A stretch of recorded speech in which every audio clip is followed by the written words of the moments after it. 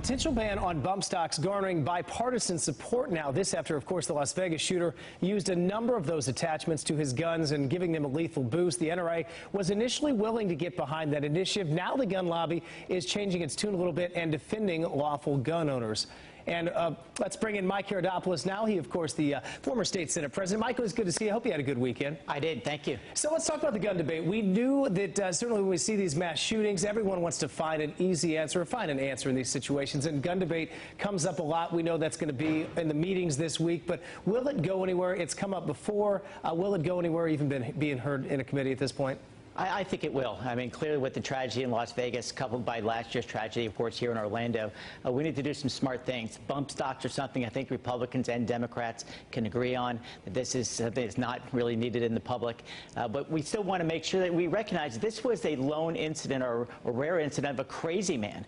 It's very difficult to legislate against crazy people. And what we want to always make sure is that folks who are abiding by the law have the right to own a weapon and defend themselves, because sometimes law enforcement cannot be there, as we witnessed right there in Las Vegas. Yeah, Mike, it seems like for the most part, I mean, hardcore Second Amendment people are still holding. Steve Scalise, a great example, true to the Second Amendment. But there are some in the middle that have maybe moved the other way. But it would take a good amount of those to move something in Congress, would it not? Well, I agree. And if anything, if they're going to pass any law, it would be limited to just this bump stock issue, as opposed to the wider issue we've talked about with what would be different types of weapons, you name it. Clearly, Americans as a whole vote to protect the Second Amendment, but they want to find that magic bullet. I hate to use that term, that magic bullet. We can try to go after these folks who are going to wreak havoc like we had here in Orlando and Las Vegas. It's a very difficult issue. It really pits the Republicans versus Democrats, but we're trying to find that solution, and it's hard to do when you're dealing with a country of 300 million people, a lot of immigrants in our country,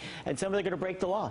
Give us a sense, Mike. We just had a couple of lawmakers talking about heading to Tallahassee tomorrow. You've been a part of these meetings at a high level. When you set the agenda here this week, how contentious is this? How important are these issues that will come out? Well, I think the gun issue will be there, but the big issue that I think we're all concerned about here in Central Florida is the issue of hurricanes. How do we better prepare? And if a hurricane hits, how do we make sure that people have power more quickly? The water is not damaged, as we just saw in my home community of Brevard. We want to make sure we're truly prepared at all stages, whether it be in nursing homes, whether it be electricity, whether it be water. But I'm really glad that the House and Senate are coming together, having these early meetings and making sure that legislation that is passed will be effective should, God forbid, it hits again next year or in the years to come. Mike, how hard is it to get an issue that is really not coming up this week on the legislative agenda coming up when the term meets in the spring? Well, it's a tough one. You know, the legislature is only in session for 60 days. This year they start in January, go through March for 60 days. But between now and January, you have that opportunity to elevate your issue, talk to your representative, talk to your senator. Remember, in Tallahassee, if you want to come and testify in committee,